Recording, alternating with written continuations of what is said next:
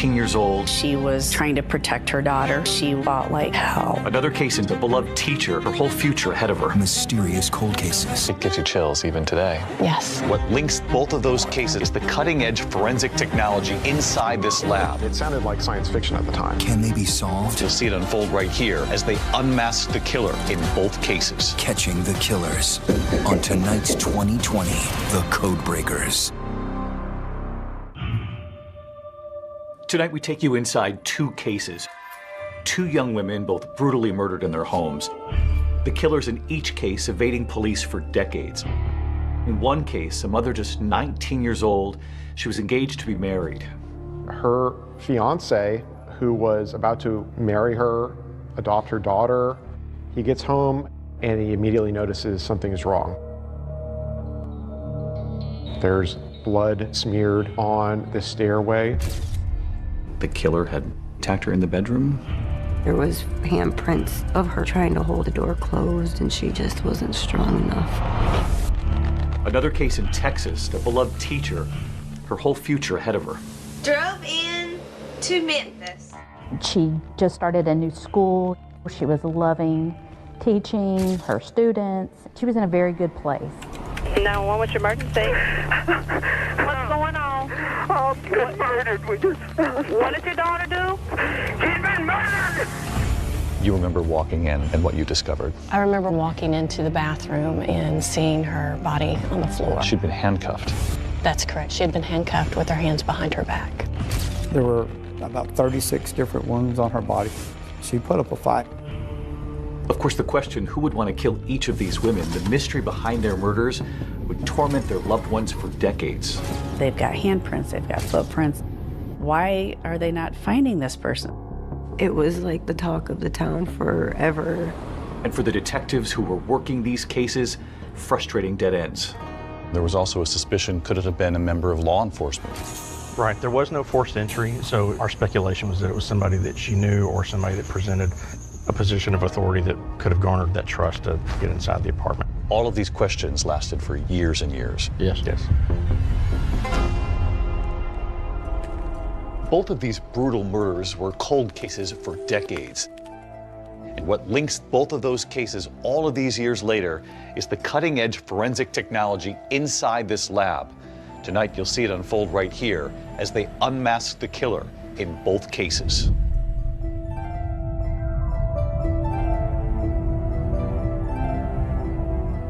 It's the first week of December 1988. 19-year-old Kathy Swartz is home with her 9-month-old daughter. In Kathy's living room, a tree decorated and ready for the first Christmas for her little baby. She was living with Mike Warner. They were, setting up their life, although he wasn't the father of the child. They were a couple and they were trying to make their way. He definitely came in and kind of was her knight in shining armor. They were a happy little family. Mike got up around 5:30 in the morning for his job. He gets home at 3:30 and he immediately notices something is wrong. Things were in disarray. Blood up the banister. And then in the bedroom was Kathy, very bloody, unclothed mostly. He would later describe it as like the walls were painted with blood. Mike is so distressed, he immediately runs to a neighboring apartment because he can't bring himself to call the police. Mike does go back into the apartment to find her daughter.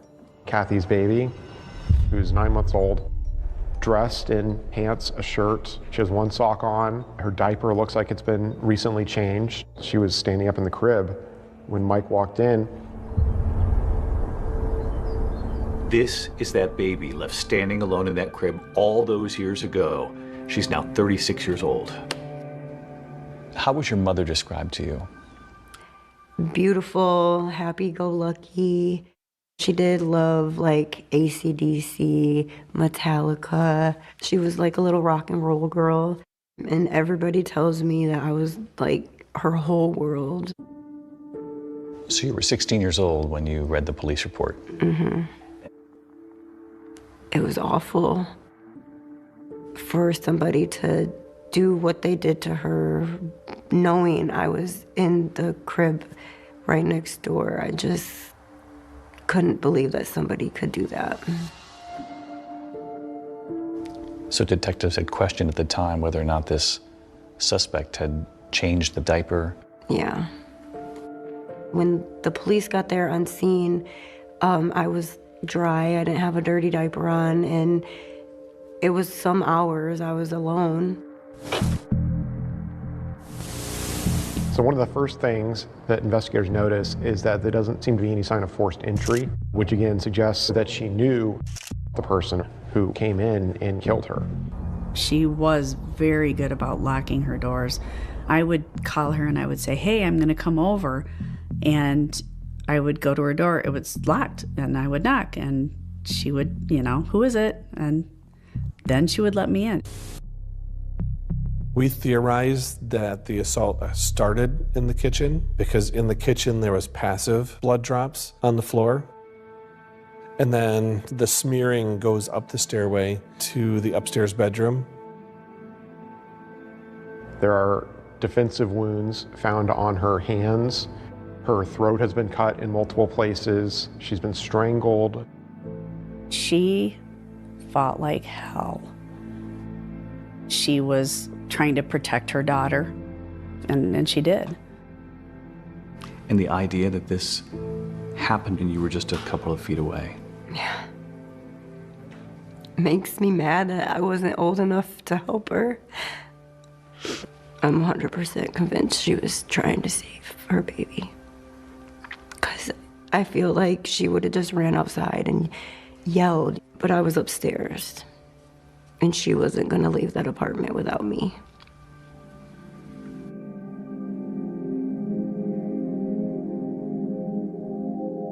In the bedroom where Kathy was found is a phone on the bed. The phone cord was cut, but on the phone there was Kathy's fingerprints, and then there was also an unknown fingerprint in blood. In '88, obviously, DNA was in its infancy. The fingerprint on the phone, how significant? Very significant, because they were in actual blood, and it was not my mom's. There is a bloody footprint in the bathroom. It looks like the suspect took a shower after the murder to try to maybe wipe the blood off, clean up.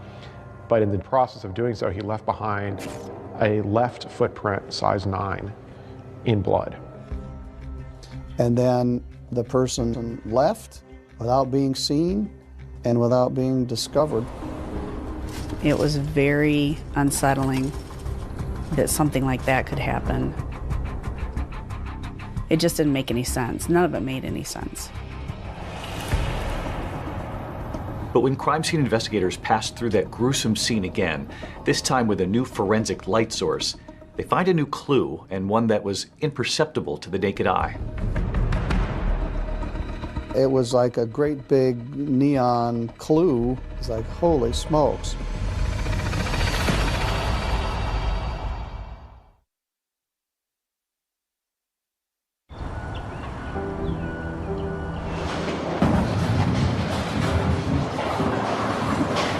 South Lanes is a bowling alley in Three Rivers, Michigan. It's the social epicenter of this small town where Kathy Swartz's father ran the pro shop. After her brutal murder back in 1988, it also became a place that connected Kathy's daughter, Courtney, to her mother. I grew up in the bowling alley. I spent a lot of time there. I was raised by my grandparents. They tried to fill the void as much as they could. What were you told about your mother's absence when you were a little girl? About first grade, they had told me that a bad man had hurt my mom and she was up in heaven. And when it would thunderstorm, they would tell me that that was my mom up in heaven bowling a strike. So it was pretty cool watching the thunderstorms as I was little, because I'm like, oh, she must be bowling pretty good today. Your mother's best friend, Jennifer. Mm-hmm. has told you a lot about your mom. Yes, she has. Kathy and I were very good friends. I've known her since grade school, so we've been friends a long time. Kathy was like somebody you could count on. She was a good listener, always there for you, just a, good person. Childhood friends Kathy and Jennifer both found themselves pregnant as teenagers and formed an unbreakable bond. They would talk on the phone several times a day until December 2nd, when Jennifer couldn't get a hold of her best friend. A police officer came to my apartment, and he asked me to go to the station. I remember him asking me questions, do you know anybody that would want to hurt Kathy? Along those lines. And I finally just was like, what's going on? Is Kathy okay? And he told me, and I don't even remember.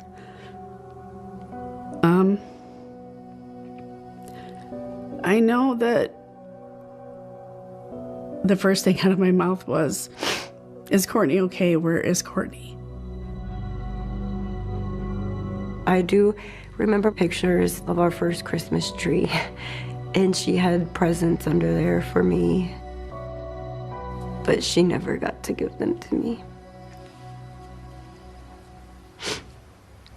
We can see it's the pain you still carry with you. They were a young family just starting out. Kathy and Mike Warner had only been engaged about 3 weeks before her brutal death. And since he was the one who found her body, of course, police would have a lot of questions for him. When the police initially interviewed him, he had this kind of flat affect to his voice. He didn't seem to be all that upset that she was dead. He didn't get emotional, and that seemed very suspicious to police. I can't imagine, walking into that scene and what that does to somebody. There was polygraph examinations that were done with. We were able to verify that he was at work in Sturgis all day long, and there was no way he could have came back to Three Rivers to do it. I had no doubt in my mind that he didn't have anything to do with this. I knew it in my heart. No, he loved her. She and Courtney were his world. I go by Judge Jeffrey Middleton now, but at the time of this, I was Chief Assistant Prosecuting Attorney. We would have maybe one homicide a year, not a young woman killed alone in her apartment during broad daylight. At that point, they were leaving no stone unturned. So the police department actually rented the apartment for a month after the crime, just so that we could return and continue to look for clues and process. This is one of the first cases where they deployed alternative light sources. They went into the crime scene with a black light. On the refrigerator, they noticed 2 pieces of writing. Metallica was written on the refrigerator, and Harley was here. These were inexplicable writings that apparently had been erased. And we found that someone had written on her body, probably in magic marker, on the inside of her thigh, and said, "I was here," with an arrow pointing up toward her groin. That was not visible to the naked eye. And when detectives speak to Kathy's friends, they hear about an ex-boyfriend named Troy Schultes. It turns out he had a nickname, Harley, which of course got their attention. He was a huge fan of the band Metallica. In fact, he has a Harley-Davidson decal on his truck. The truck was spotted outside Kathy's apartment that very afternoon of her murder. Well, that's who I told him to look at and, to question. I know a lot of other people did too. I don't know how to really describe it, but it was not a good they were not good together. And, when they further look into him, he doesn't have an alibi for that afternoon. So he immediately becomes their #1 suspect. They pick him up for questioning. Troy Schultes admitted that he was the one that wrote on the refrigerator and on the wall in the apartment, but he never admitted to writing it on her thigh. And he said, "Well, I didn't do it." And still with no solid alibi for the night of the murder, police zero in on Troy. I thought, that's got to be it. Because again, it's got to be somebody she knew, somebody she trusted. And before long, an arrest in the Kathy Swartz case is announced. But if investigators think they've got their guy, a rude awakening is ahead.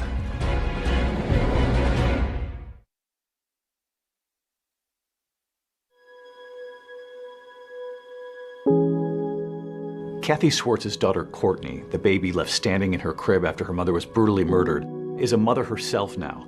Why are you breaking everything? And she and her 4 children have stayed in Three Rivers, Michigan, finding comfort in a mother that she lost when she was just a baby. I do bring the kids out here for like holidays, her birthday, but I also do come out here a lot by myself too. Back in 1988, police believed they found the perpetrator who brutally murdered Courtney's mother, the man whose nickname was scrawled across her refrigerator, her ex-boyfriend, Troy Schultes. You know, you look at that and you think, well, that's somebody leaving a calling card behind that they were there. Without any kind of solid alibi and now under a cloud of suspicion, Troy is arrested, he's charged, and he pleads not guilty. We had the fingerprints, but we also had a sample of blood that was left behind. We believe because Kathy fought back that whoever the killer was had sustained an injury, and Troy's blood type did not match. They take fingerprints and footprints from him, and those prints also do not match. So the charges were dismissed. As it turns out, he was wrongfully arrested and wrongfully charged. So with the investigation now back at square one, the Three Rivers Police Department, they refocused on matching the fingerprint and the footprint found at the crime scene to the killer. We had fingerprinted and footprinted so many individuals that had been living in Three Rivers at that time, and none of them were a match. I thought we would solve this quickly. So the first month passed, we didn't know, 3 months passed, a year passed, and it wasn't solved. Police even looked at similar crimes that had taken place elsewhere in the area. They took fingerprints, footprints. There was no match. And the case got colder and colder. And as DNA technology improves, law enforcement, they continue to work the case. We fast forward to 2012. We're going over the evidence again. The fingerprint that they had found on the phone was in the suspect's blood, and it was still in viable condition to obtain a DNA profile from that. And we've entered it into CODIS. We think that's going to give us a hit. And of course, it doesn't. As the years continue to pass, the mystery and the collateral damage for this whole community only grew. The town was haunted by this. Did you feel the eyes of the town on you as you were growing up? Yes. And I was the baby, so like everybody wanted to take care of the baby, and you know, like it's still that way. When you don't have answers, you just have questions all the time. But it definitely changed me. It really changed me. I slept with a machete under my mattress for years. So every December 2nd represents another year without justice for Courtney and her grandparents. Today, the family is together remembering Kathy on the anniversary of her death. It's hard.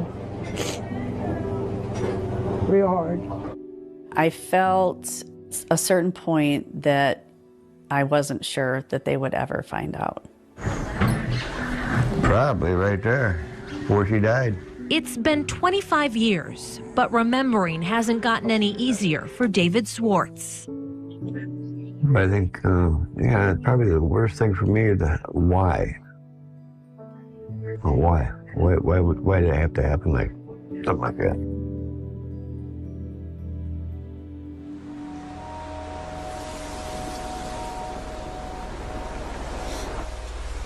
When you look at these kinds of cases around the country, there is generally an investigator or a detective who never gives up. Yes. And in this case, it was Jeffrey Middleton. Yes. He's a great guy. What was it, do you think, that kept him going on this case for so long? He was young, just starting out, and this was really the only cold case in our town. I spent more time on this case than any other case in my entire career. Sometimes in later years, I would pretend I was on vacation and lock myself in the library and just go through this file. As Courtney got older, she would call me sometimes and ask if I knew anything, and I never had any answers. Police have DNA, fingerprints, and a lot of physical evidence. What they don't have is the person who murdered a 19-year-old Three Rivers woman in 1988. Here's a lot of the evidence right from property. Eventually, the Three Rivers Police Department decided to partner with the Michigan State Police. They're convinced that with advances in DNA testing technology, that the Kathy Swartz case can finally be solved. In Kathy's case, we had DNA that was in CODIS, and we had not gotten a match. We had exhausted, the fingerprints, and these things which normally get us a hit did not. So I honestly felt like the genetic genealogy was our only chance for solving this case. And then 3 years ago, Othram, a forensics lab in Texas, now enters the picture. Promising something everyone close to the Kathy Swartz case has waited decades for: answers. Othram uses DNA technology to help identify victims and perpetrators when law enforcement cannot. They knew that it was an unknown male contributor to that DNA, but they didn't know who it was. But all these years later, they said, well, look at this and see if there's something you can do with it. And you were convinced you could? We were absolutely certain that we could help the Michigan State Police work this case. They said, we'll get you a lead back. We're not going to guarantee that it's the lead, but we'll get you a lead. They had over 1,000 suspects. All of a sudden, it's narrowed down to 4. It was our breakthrough.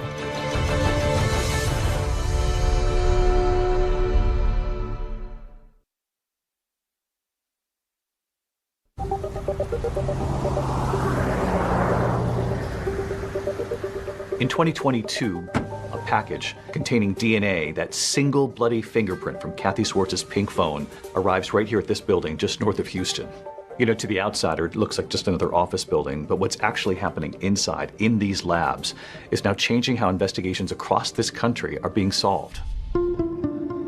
This is the headquarters of Othram, a cutting-edge forensics lab that's been mentioned in some of today's most talked-about criminal investigations. And Othram has been credited by law enforcement with helping to solve cases that have been unsolvable for years now. How are you? It's good to see you. Good to see you. How are you? Yeah, Thank you. Welcome to Othram. David and Kristen Middleman are the husband and wife team behind all of this. Everything you see on our right side will be forensic. Everything you see on the left side will be research. Not every case is suitable for DNA testing right now. Burnt remains, exploded remains, really difficult mixtures. But we hope that one day we live in a world where every case can be suitable for DNA testing. So you'll hold on to remains for a while and keep trying. We don't give up ever. The Middleman's partnership, both in work and in life, actually began over a few blind mice. It's the year 2000. You've just started your PhD at Baylor. You're doing a study on mice? I was. And there was another young scientist. David, yep. So our projects collided, and he actually cured my blind mice. So I thought, wow, if this guy can do that, I think I'll marry him. David Middleman had worked in biomedical research for years before realizing that law enforcement was relying on a limited form of DNA testing. He knew that better technology was available, but said it just wasn't being widely used out there. It sounded like science fiction at the time. This way you could take decades-old DNA, put it into a genealogy database, build a family tree for your suspect, and then that takes you right to his door. That was pretty amazing. You start to think, wow, this is really an unused tool here for law enforcement. Yeah, it felt wrong that there were tools available, and yet there was this piling up backlog of cases that were unsolved. So at one point, you turn to Kristen and you say, I want to start my own lab. His words were, let's build a forensic lab of the future. And my words were, what? Who's going to give you evidence? You thought from the very beginning, who's going to trust us with this? 100%. I said, I don't think people will come. And he said, well, I'm going to build it and we're going to see. Within a year, he was solving cases almost every week. And the more cold cases they closed, the more publicity they got. And police departments around the world started sending them cases. It's just grown exponentially.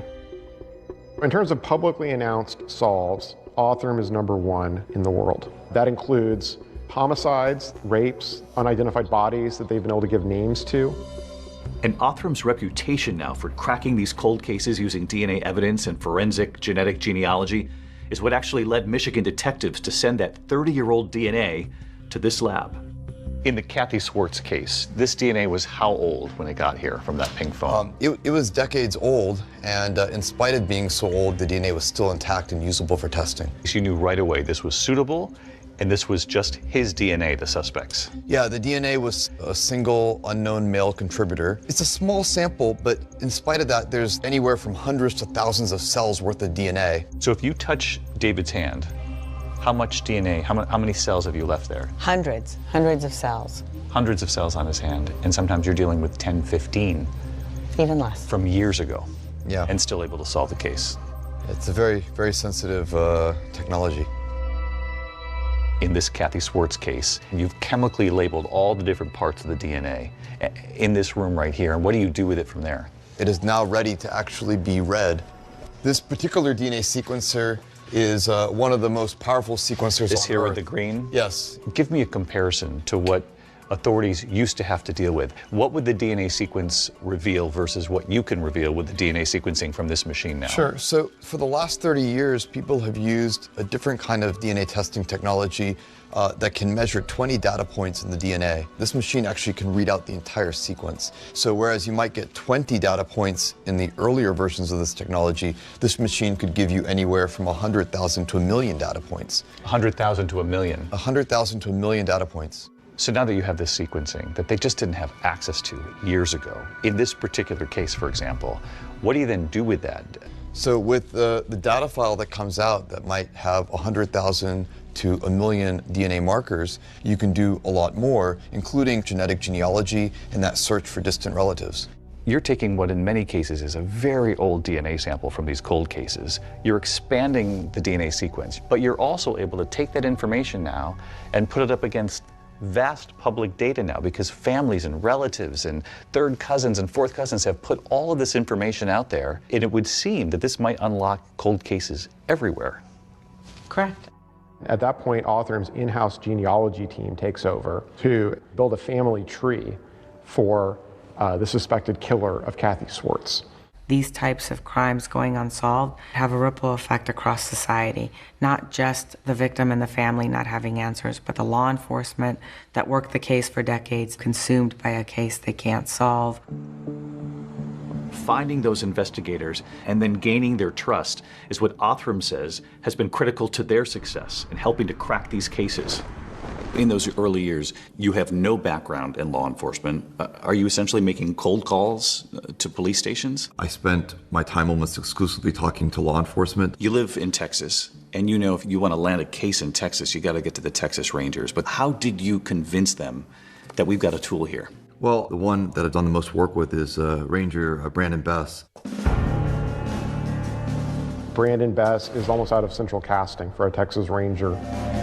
He's this imposing man with his white hat. When David Middleman founded Othram, nobody had heard of them. And when Bess visited in 2019, he was really kind of taken aback.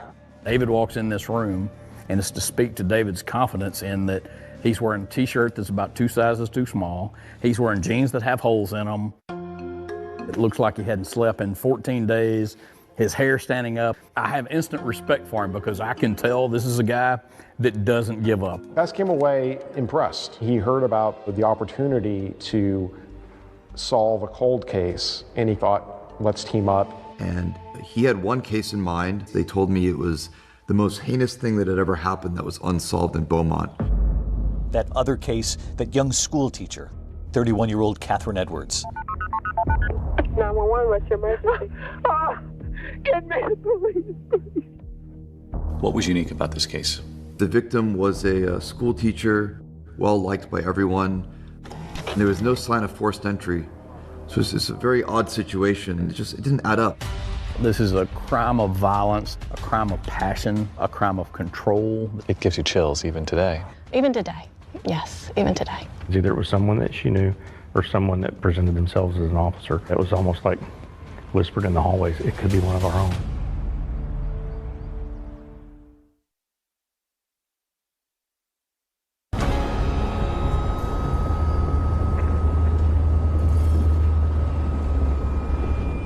So on January 14th, 1995, the Beaumont Police Department gets a 911 call from a man at a townhouse in West Beaumont. Oh, Jesus! 911, what's your emergency? Get me the police, please. He had found his daughter in the second floor bathroom, slumped over the tub. Okay, ma'am, what's going on there? Our daughter has been murdered. Okay, what's happened, ma'am? We came over here and found her. She's handcuffed. She's been tortured. Please send someone. We're sending someone. Don't hang up, all right? Okay, is there anyone else in the house? My husband is here with me. Okay. We found her. That woman was Catherine Edwards, and she's a teacher at a local elementary school. She was supposed to have plans with her sister and family for lunch. When she didn't respond by phone call, they went by her house and found that her car was still there. Got inside the house with a key. Her father said he grabbed her and pulled her over and rolled her over to look and see if there's anything he could do. He was crying hysterically. Yes, the police and an ambulance. To listen to the emotion in those calls, you know, just gut-wrenching. In my 30-plus years, I'd never heard anything like it. Dad covers her with a towel. Police show up. There's one officer by the name of Carmen Brown. She shows up first, and she secures the crime scene. And that officer, Carmen Brown Apple, says the memory of her entering Catherine Edwards' townhouse has played over and over again in her mind for decades. You remember walking in and what you discovered? I remember walking in and going up the stairs, looking first into the bedroom that was very much in disarray. What did you find as far as the bedroom and the bathroom? Bedroom, there was looked like there had been some type of tussle in there. Things had been knocked around. Sheets were partially torn off. A portion of the bedpost had come off. And then walking into the bathroom and seeing her body on the floor. She'd been handcuffed. That's correct. She had been handcuffed with her hands behind her back. When her mother said her name, yes, you thought, I know her. I know her. I went to college with her. We were in sororities together. She was so full of life and so friendly and so nice. That just always stuck with me. To come to the scene and then suddenly realize it was Mary Catherine, it just knocked me for a minute. It gives you chills even today. Even today, yes, even today. She is not your typical victim by any stretch of the circumstance. It was an extremely unusual case.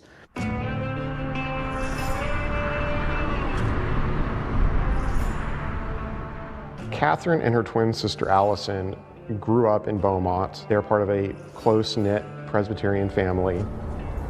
They both attended Forest Park High School and then Lamar University, which is in Beaumont. And they both became school teachers at the Beaumont Independent School District.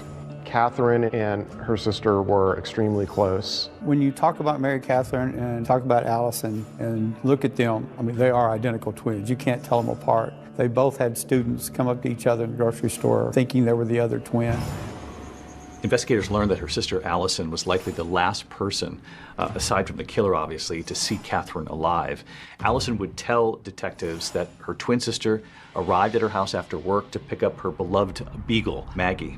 She came by, visited with her sister, went home. From what we can tell, she had had a glass of wine and just kind of was relaxing and about to go to bed.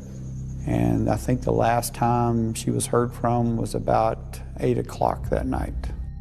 One of the neighbors told police that he heard someone clomping down the stairs overnight on the night of January 13th.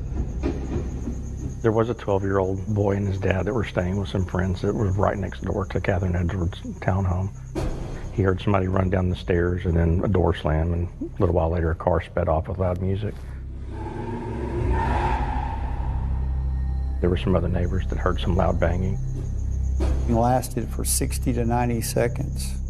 And they said they never heard a scream, so they just figured that something else might have been going on. They had no idea that there was a murder taking place next door. Crime scene investigators found that there was no sign of forced entry, which is significant because it either meant that Catherine had kept her door unlocked or had potentially recognized her killer and let him in. Of course, in these cases, it's standard procedure for investigators to look at those closest to the victim. And really, from the beginning, her ex-boyfriend is seen as a prime suspect. But critical evidence from the scene actually points in a different direction.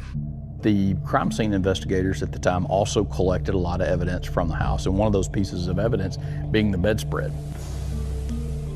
Investigators found semen on Catherine's bedspread and from the rape kit. We've got some DNA here. Now we just got to match it. The DNA actually doesn't match her ex-boyfriend, and he's now cleared in the case. And there are no matches to the DNA in CODIS, which is the National Criminal Offender DNA database, either. Police were really stumped. They tried every avenue they could think of, but every avenue hit a dead end. One of their initial theories was that the killer had some sort of law enforcement background. The handcuffs were Smith & Wesson. That's a popular brand with law enforcement. They were trying everything they could think of. They really did. They went and tracked down sales of handcuffs in this area, receipts. All members of the Beaumont Police Department were tested. There were no matches. It kind of sent a panic through the community. You know, if this can happen to somebody in a really quiet part of town, could it happen to them, kind of thing. It went from a rumor to just spreading like wildfire throughout the community. Everybody wanted to know, was this a one-time deal? Was this a serial killer? The case would go cold for decades, and obviously it's just one of hundreds of thousands of unsolved murders in this country. But then in 2020, two investigators, Ranger Brandon Best and Beaumont Police Detective Aaron Llewellyn, decided to take a fresh look at the case. At the time, Bess had just been connected with this new lab called Othram, and Detective Llewellyn knows that there's DNA that's actually available to test in this case. But when Brandon presented Othram to me right then and there, I'm like, let's make this happen. We believed that was going to be our only hope. The last hope for answers, the DNA evidence from the murder of that elementary school teacher, Catherine Edwards, is now headed to Othram for testing. Bloody fingerprint left on a phone and a footprint. And in the case of that Michigan mom, Kathy Swartz, what new lead is about to be uncovered right behind this glass? You'll see right here tonight how both cases are about to crack wide open, sending investigators across this country to find the killers they've been searching for decades. The person that did it was in the 10,000 pages of police reports. You have all these puzzle pieces, but if they don't all fit together, you don't see the picture. I want you to think about the next words that come out of your mouth. I want you to think very hard about that. We felt like we had a home run right then and there. And they said he was like a godly man down there. I was like, wow, we're gonna get some answers.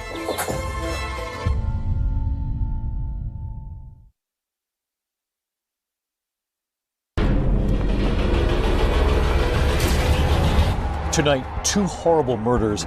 I just felt awful. And now a survivor who lived to tell. I was just like, I can't tell him. I'll never tell anybody what happened. What did your daughter do? She's been murdered! It gives you chills even today. Even today. That someone had written on her body, on the inside of her thigh, and said, I was here. But only one way to solve them after years of going cold. I honestly felt the genetic genealogy was our only chance. But all these years later, they said, well, look at this and see if there's something you can do with it. It's his fingerprint, it's his bare bloody footprint, and it's his DNA. It turned into a massacre. The floor goes out from under you. I'm like, no way, this cannot be happening. He said, your sister's dead, your sister's dead. There's two people that know that story. You're one of them, and she's the other. And she can't talk. Without the DNA, the story doesn't matter. That the two of them were able to go back and look at that evidence. Yes. From when you were a 9-month-old baby. Yes. In the crib, just a few feet from your mother. And there was a moment like, oh, this is our guy. For some families, you are the last hope. Was the killer? For years, you were haunted by that question. Yeah, growing up, most kids, you know, they look at people and they don't have to think, is that the man that killed your mom? And everybody that I met, that's the first thing that would pop into my mind.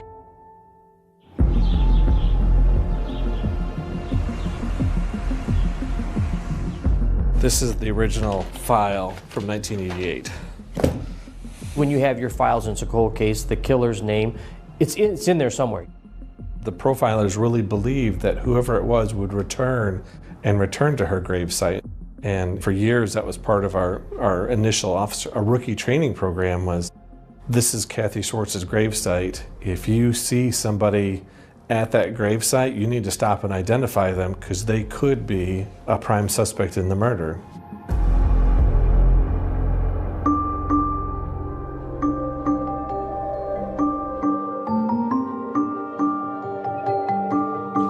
More than 1,000 miles from Three Rivers, Michigan, we're right here on the Neches River in Beaumont, Texas, where another family, heartbroken for decades, the community wondering, do they too have a killer in their midst? After the brutal murder of a young elementary school teacher, Catherine Edwards. She was just 31. And detectives here wondering, would they ever have the tools to solve this case? You know that every day that you don't solve that crime is a day that you're not going to be able to bring that perpetrator to justice. This certainly is a scene that has always stayed with me.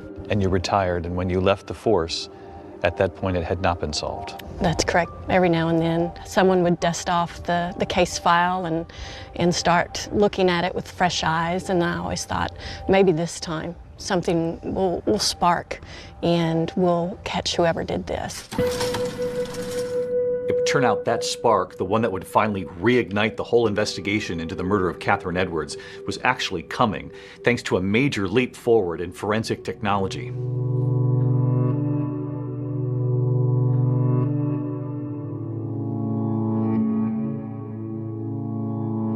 In 2020, a courier drops off a package at Othram's office. And inside are a sample of the bedspread from Catherine Edwards' apartment, a vial of DNA taken from the posthumous rape kit. Othram technicians take a look and they build a genetic profile of their suspect. Investigators now have a human profile that can actually be searched in public databases to try to find possible family members across this country. And to do that, you need a genealogist to connect the dots. And Beaumont detective Aaron Llewellyn didn't have to look far for help. Aaron Llewellyn knew one who would work the case for free, and that was his wife, Tina. I can remember sitting at the table one night and getting really frustrated trying to map all this out. And she's like, let me help. Actually, just move over. I got this. No, Tina doesn't ask. Tina Llewellyn was a detective in the Beaumont Auto Crimes Division. And she had an amateur interest in genealogy. I can remember dozing off one night and I wake up and she's got lines going here and lines going there. So now, along with the middlemans from the Othram Forensic Laboratory, you've got two husband-wife teams actually working the case of this elementary school teacher, Catherine Edwards. And soon another critical partner joins the hunt. When Tina Llewellyn is looking through the matches to their suspect, these are distant relatives of the suspected killer, she notices that a lot of them are clustered in Cajun country in Louisiana. And the same contact name keeps popping up. This woman named Shara LaPointe. I was sitting at my desk one day and I got a phone call. He said, I'm Detective Aaron Llewellyn from the Beaumont Police Department. Your email is attached to one of the matches that we have to the person of interest. Shara LaPointe just happens to be a professional genealogist with experience working in criminal cases. She also has Cajun ancestry. Cajuns, back to the late 1700s, we were a small population who came to South Louisiana. And so they married their neighbors who was usually their relatives also. Cajun ancestry is notoriously complicated and complex to perform genealogical work on. I knew it was going to be a challenge from the start. We spent hours and hours and hours on the phone talking to each other. Probably no less than 5 times a day. A friendship quickly forms as the two women spend the next 3 months building a family tree around the suspect's DNA, using every record they can find, a combination of internet research and good old-fashioned library archives. A lot of newspaper articles. A lot of newspaper articles. Obituaries. Census records. I remember I got to a couple in Beaumont, and there are yearbook records of 2 sons that couple had. And the first one we came across, he was the right age. He went to the same high school with our victim. Aaron goes and does research and finds out that he had a criminal history from here, and it was a prior sexual assault that had occurred in 1981. And there was a moment like, oh, this is our guy. And the details of that assault set off alarm bells for detectives. There were a lot of similarities in that case that mimicked Catherine Edwards' case. The victim's hands were bound behind her back, and she was sexually assaulted. We felt like we had a home run right then and there. Suddenly they realized that this suspect had a second victim. The difference this time, the victim survived and lived to tell. He started telling me that he was training to become a policeman and stuff. And he was like, I'll just take you home. I don't know why, but I believed him.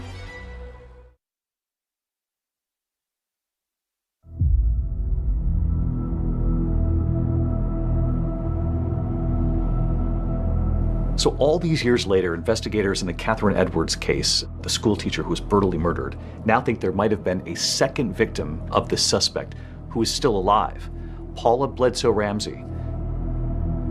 I was 19.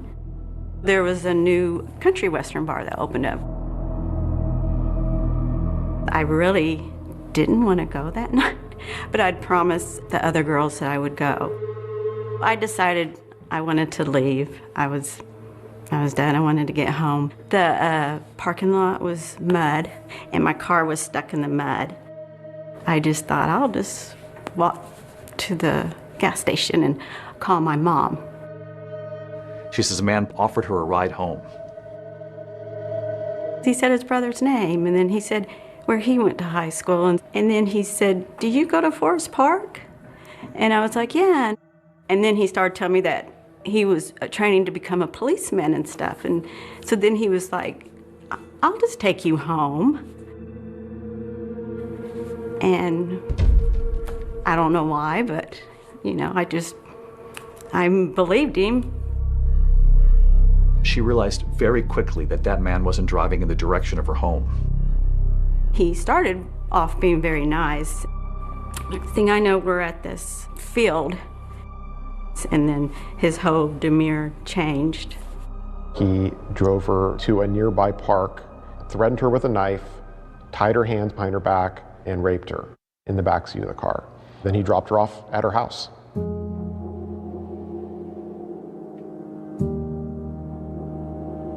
I just felt awful and shameful, and I was just like, I can't tell him. I'll never tell anybody what happened. I don't know. I was kind of like, I don't know if anybody would believe me. You know, is it my fault? Was it my fault?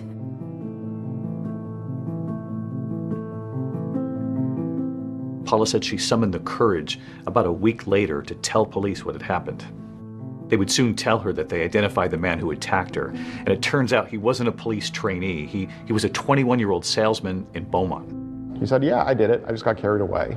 She said that the prosecutor talked to her, said, you know, this is his first offense. We want to plead him to an aggravated assault. She didn't understand what that meant other than he was pleading to a felony and for assaulting her. And so she agreed to the plea bargain agreement. I think today they take it more serious than they did back then. I wanted him to be punished. I think I was just pushing everything down and just trying to focus on with life.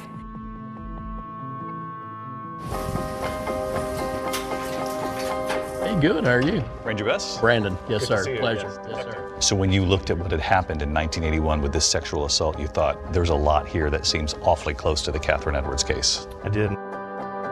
It turns out that the man who pleaded guilty in that 1981 case is a man by the name of Clayton Foreman. Now, this is the same name that turned up in Tina and Shara's genealogy hunt. He was one of two brothers from the family tree that they actually put together. And you might be wondering why his name never surfaced before. You have to remember that this case was back in 1981, and DNA collection wasn't even a thing by law enforcement. It was still a decade away. This is how he eluded detectives at the time. He essentially got away scot-free. As investigators get closer to solving this mystery, they begin to learn more about Clayton Foreman's background. And in a twist in this case, one of the things they learned is that Clayton Foreman, the suspect, actually went to the same school as Catherine Edwards, the woman who was killed. In fact, they probably walked down the same hallways here at school. And there was something else. Catherine Edwards was actually friends with the suspect's first wife. In fact, Catherine Edwards was a bridesmaid at their wedding. Investigators figure out that Clayton Foreman is working in a suburb of Columbus, Ohio, and he's working as a rideshare driver. We've got a suspect. Now we've got to make sure that's the right guy. So they go, they pull the trash can, they get some plastic silverware from takeout and some other things from the trash can. So you tell the FBI what you found, and they gather some trash at the suspect's home in Ohio. Correct. They shipped that down here to me, and then once I went through it, I coordinated with our lab here in Texas to see what items would be best to test, and they compared it to the evidence that we had. And we got the call. This is our guy. This is a match. Of course, we're chomping at the bit to get there to Ohio.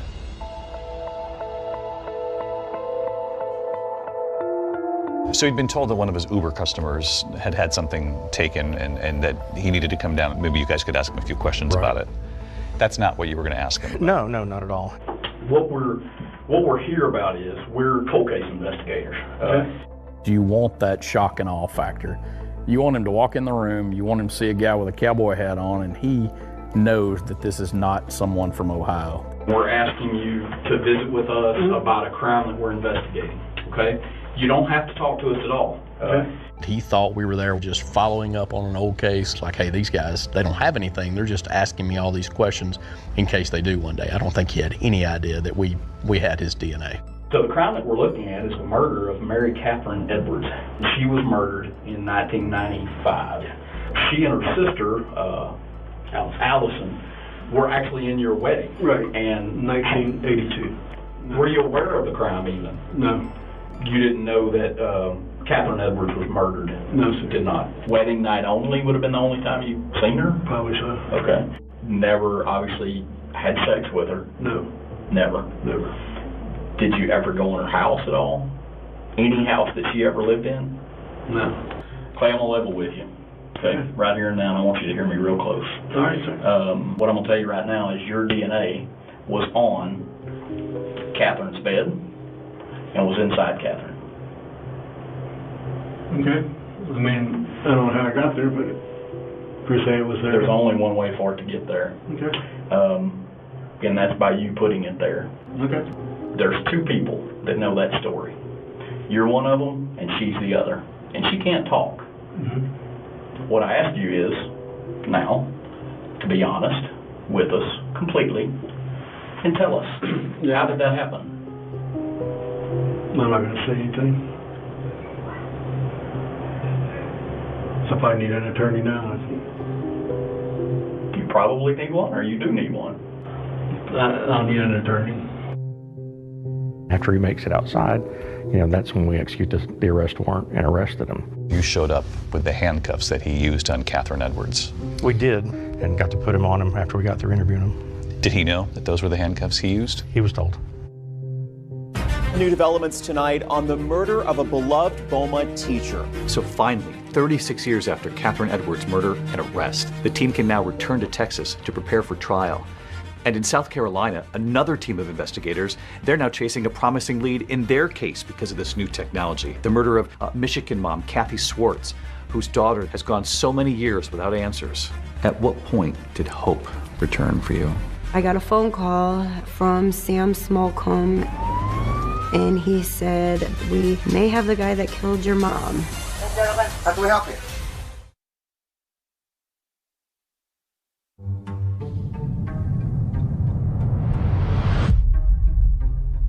Investigators working the cold case murder of Kathy Swartz, the young Michigan mother who was murdered, her baby right nearby, they had sent off the perpetrator's DNA taken from her pink phone to that lab in Texas, Othram.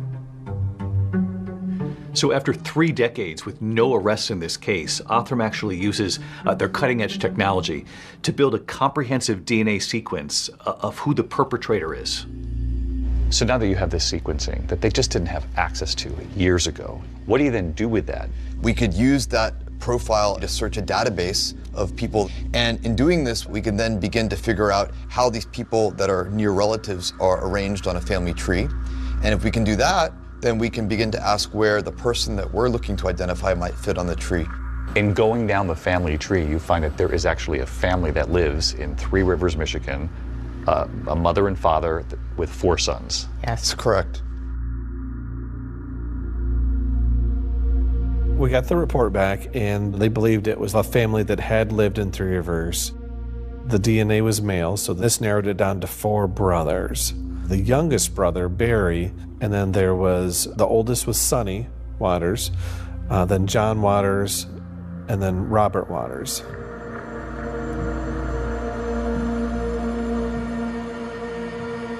We were very excited because now we have leads to run off from. We were very quickly be able to eliminate Barry because his DNA that was in CODIS. And they're able to rule him out, so they take him right off the list. Detectives then track down 2 more of the Waters brothers, who both quickly agree to turn over their DNA. 1, 2, 3, 4. And with that DNA, they're able to eliminate them as well, which just left Robert Waters. Robert Waters was married, had a couple of children, and had been living in Beaufort, South Carolina for quite some time. He was a local business owner and had a plumbing business. And from what detectives can tell from looking at his wife's Facebook page, Robert Waters appears to be a happily married family man. All right.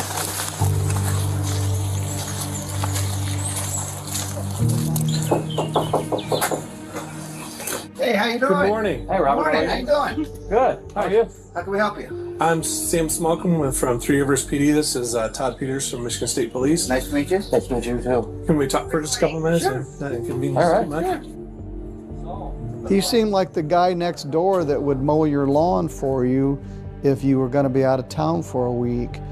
So I'm helping Sam, and we reopened this case from Three Rivers from way back in the day, going back through and getting interviews and just clearing everything up. Okay. So we were wondering if you'd have time to come down to the PD and talk with us down there. Yeah. Okay. Somebody comes into knocks on your door, investigators from another state, and asks you to come down to a department and talk. You're probably going to ask why. Never asks why, and agrees to drive himself down and meet us there. So we'll just expect you in a couple minutes, and we'll meet you down there. That's fine. All right. Thank you, sir. After initially not showing at the police station, detectives call Waters. He's informed that they have a warrant for his prints and his DNA, and later that day he actually comes in. But what I'm probably going to do is do the 3 and... We had to just focus on getting the fingerprints and the DNA. Yeah, don't have a seat. And one of the issues we'd run into is the Beaufort Police Department did not have the fingerprint live scan machine. So we had to use the traditional ink and paper. Hang on for just a second. I got to take a call real quick here. Yes, sir. Hey, sorry to bother you. We're struggling with this print here. Unfortunately, at that police station, they're having trouble actually getting a clean print from Waters. You want to come get your fingers dirty again? We're going to try to do it on just card stock. Okay. So we rolled them a second time, sent those back. I know they're never gets upset about it, never gets worked up about the time. We're going to go flat down. He still just willingly, I guess, hung out with us. So you've got the detectives now waiting for a definitive answer from the lab in Michigan.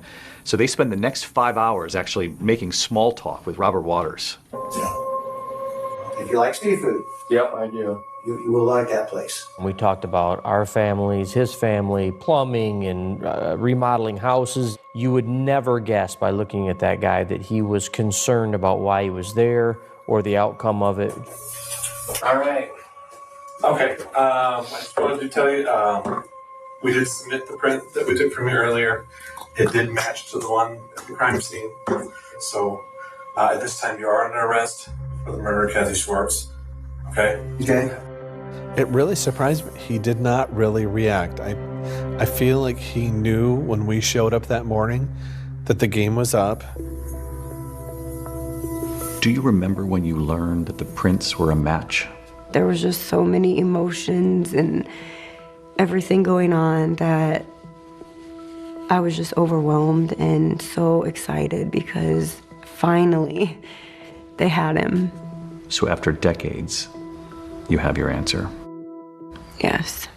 53-year-old Robert Waters, a former Three Rivers resident, now a plumber, husband, father, and accused killer. I didn't recognize his name, didn't sound familiar to me at all. But investigators always believed that Kathy Schwartz must have known her killer in some way. You'll remember there was no forced entry. And they finally discover the connection when they go back to speak to Kathy's one-time fiancé, Mike Warner.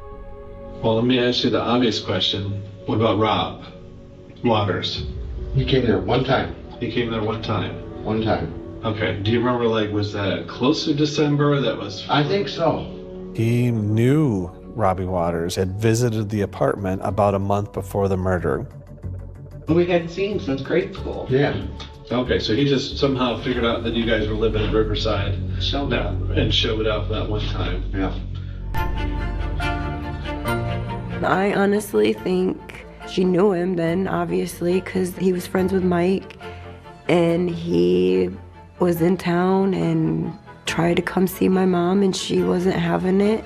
He's waiting to be extradited to St. Joseph County. It really was, like, wow, we're gonna get some answers. We're gonna find some things out. But before his day in court could actually come, the suspect, Robert Waters, does something that shocks everyone. No way, this cannot be happening.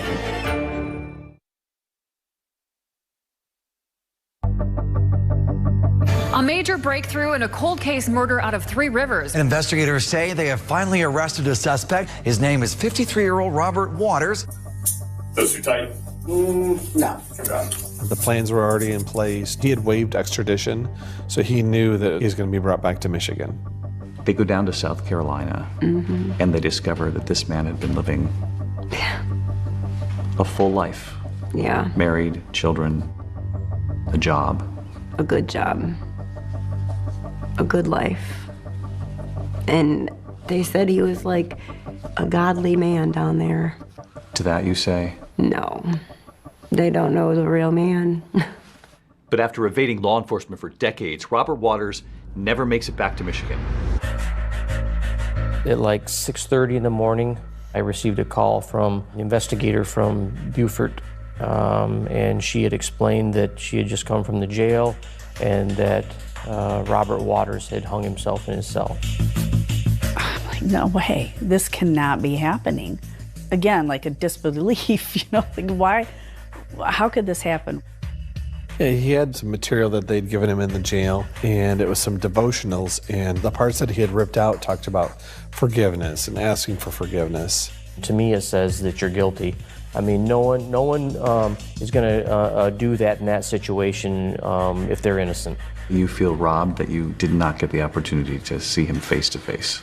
Yes. I just wanted him to feel my presence in the room. What would you have said to him in court?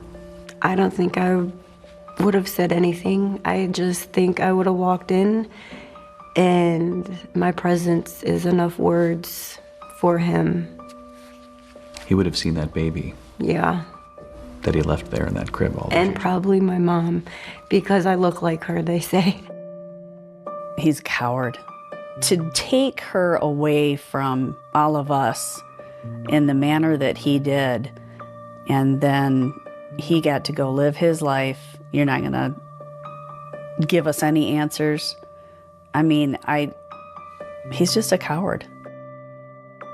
But remember, there are 2 cases here that have been unlocked by this new technology. And back in Beaumont, Texas, Catherine Edwards' loved ones are determined to see the suspect in that case, Clayton Foreman, the man charged with murdering her, face a jury. Clayton Foreman goes on trial in March of 2024 in Beaumont. He is charged with capital murder. Clayton Bernard Foreman, how do you plead to the indictment, guilty or not guilty? Not guilty. There were family there, there were friends there, there were former students of Catherine's that were there to see that justice was going to be served. Prosecutors begin by playing that 911 call Catherine's parents made for the jury. The police. What's going on? I found my daughter murdered. That 911 tape was very impactful to start the trial off with. That really gets you involved and to know that something horrible happened. You know, Catherine's parents did not live to see the man accused of killing their daughter arrested. So this is left now to the twin sister, Allison, to tell jurors about her sister. Are you related to Mary Catherine Edwards? Yes, she was my twin sister. Allison is now 60 years old, and she offered really powerful testimony about growing up with Catherine. She just was always very nurturing and loving to people. And if anyone had a problem, they would come to her, and she would talk to strangers and make friends with people and compliment people, and just was an amazing person. Allison recalls the afternoon where her sister's body was discovered. Catherine just never showed up to this lunch. So eventually her father, Lum, agreed to go check on her. And my dad answered the phone. And he was frantic. And he said, "Your sister's dead, your sister's dead." And it was just heartbreaking to see. I mean, her twin, identical twin, is what she would have looked like today if she was alive, and there she is up on the stand testifying. And the emotion and the love and the hurt, all of it came out and was so impactful with the jury. Allison said when Catherine died, she thought her parents died a little bit that day too. It was horrible. They were never the same. But we decided as a family after that happened that we were gonna not let what happened kill us too, and that we were gonna live to honor her, and that's what we always did after that. In a heart-crushing moment, Allison shares with the jury how she honored her sister after her death. 4 years later, I had a daughter, and her name is Catherine. Catherine Ann, after my sister. And she never got to know her. My oldest was 9 months old, and she was her godmother, and she never got to know her either. You can know the case inside out, but until you see somebody testify and see the raw emotion that's going on, that was raw emotion that they relived on the stand. Excuse me, thank you. The prosecution's next witness is about to detail the surprising connection between Catherine Edwards and Clayton Foreman. And you got married to a person by the name of Clayton Foreman. Yes. What she's about to tell the jury about his reaction to Catherine's death. It dumbfounded me.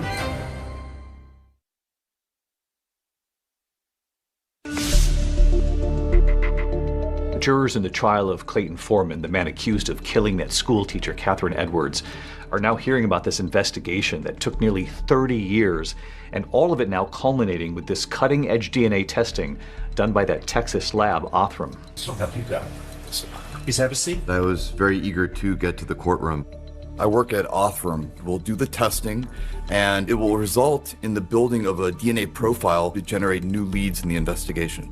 There's one thing to solve a case, and there's another to be able to defend how that work was done, allow it to be interrogated openly and critiqued. We want to see at least 50% of the markers, and you can see that in actuality we have, it looks like 87%. So that's far in excess of what is necessary to produce a workable profile. Without the DNA, the story doesn't matter. That's that one puzzle piece that puts it all together. So prosecutors want the jurors now to hear from the woman who can actually detail the connection between that school teacher, Catherine Edwards, and Clayton Foreman. She was married to him. My name's Diana Coe. And remember, Catherine Edwards and her twin sister were actually bridesmaids at the wedding. Were they friends of yours? in high school? Yes. She also testified that while she was married to Foreman, she actually discovered something unnerving in his car. You had found a briefcase in the trunk of the defendant's car, is that correct? That's correct. All right. What was inside the briefcase? There was a gun, a set of handcuffs, and some horrible pornographic material. Okay. Regarding the gun, was there any reason for him to have a gun that you knew of at the time? No reason. I mean, Is there any reason that you knew of that he would have a pair of handcuffs in the back of his trunk? no, Did you ever talk to him about that? no. I didn't know what he would say. I didn't know what he would do. And later, when questioned by the defense, Diana said she never saw the briefcase again. She also recalled an odd conversation that she'd actually had with her ex-husband about Catherine and her twin sister. He had told me that in high school, he would see them in the hall, and he always thought they were so cute because they were twins, and he felt as though he wanted to make sure he protected them.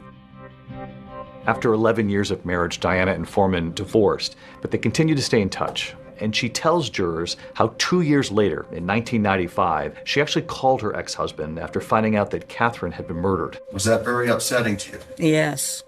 When you told him, how did he react? He didn't. It was very shocking to me. It had like no feeling whatsoever, and just basically was like, oh, really? And it dumbfounded me. Excuse me, thank you. And there was one more witness jurors would hear from, Paula Ramsey, Foreman's victim from 1981. It had been decades since Paula had even heard the name of the man who assaulted her. It was a Friday, and I was at work. My phone rang, and it said Beaumont Police. This emotion came over me, and I was like, what, is someone messing with me? And on the other end of the line was Detective Llewellyn. He said he's a suspect in a murder. And that's when he started telling me about the DNA. And he said, it is a cold case murder. And I was like, you don't even have to ask. I will go. I will testify. We hung up. I just broke down. I mean, you just go back to being that girl again, where that fear and all of it just kind of consumes you again. And so suddenly, all these years later, in a courtroom full of strangers, Paula is telling her story about how she was assaulted by Foreman. Did he do something with your hands? He tied them in the back, behind. He took your hands, put them behind you, and to secure them with an object. Do you believe that object may have been a belt? Yes. Did he threaten to cut your throat if you didn't do what he wanted? Yes. I just kind of blocked out everything else and just focused on the questions. Did he say something that you found odd concerning what he'd just done to you? Yes. What was that? When I was getting out of the car, he said, "Stop crying. I'm sorry. I hope I didn't hurt you."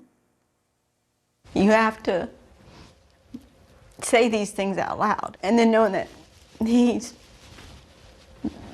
sitting right over there, and just being in the same room, and that was hard.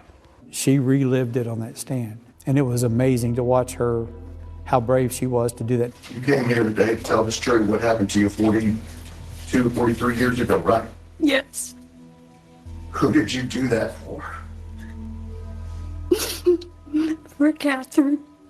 I wanted to see justice done for her.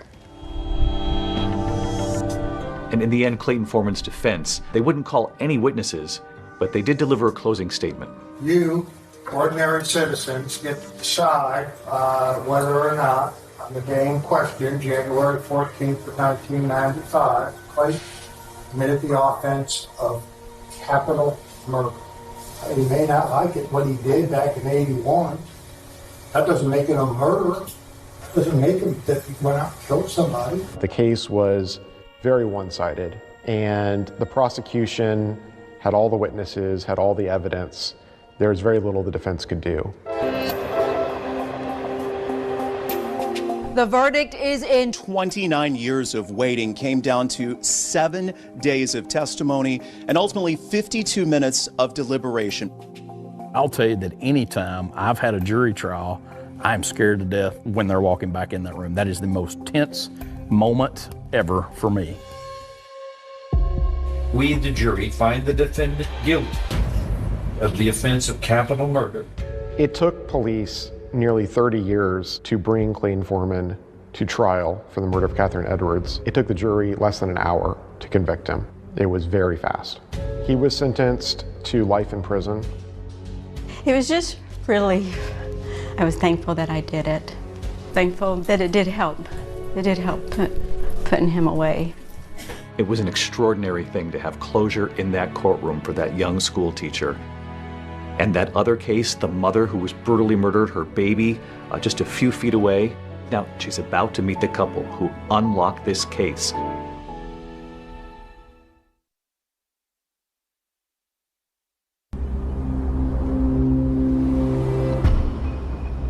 As we stand here today, all these years later, it's so peaceful and quiet here. It's hard to imagine what played out behind us. It is. Thankfully, the detectives worked very, very hard on this. And never gave up. Never gave up, and they solved it. Detective Llewellyn called me, and he said, "Hey, Carmen, you remember how you said you always wanted that case solved before you retired? Well, I know you've retired, but I think we got him," and he did. I can see the satisfaction on your face. Justice after all these years. After all these years, absolutely. Justice, finally, for that elementary school teacher, Catherine Edwards. And in the second case, justice as well for Kathy Swartz's daughter, Courtney. Hi, Courtney. Hello. Hi. So these are the two who helped solve the case. Hello, This is Kristen.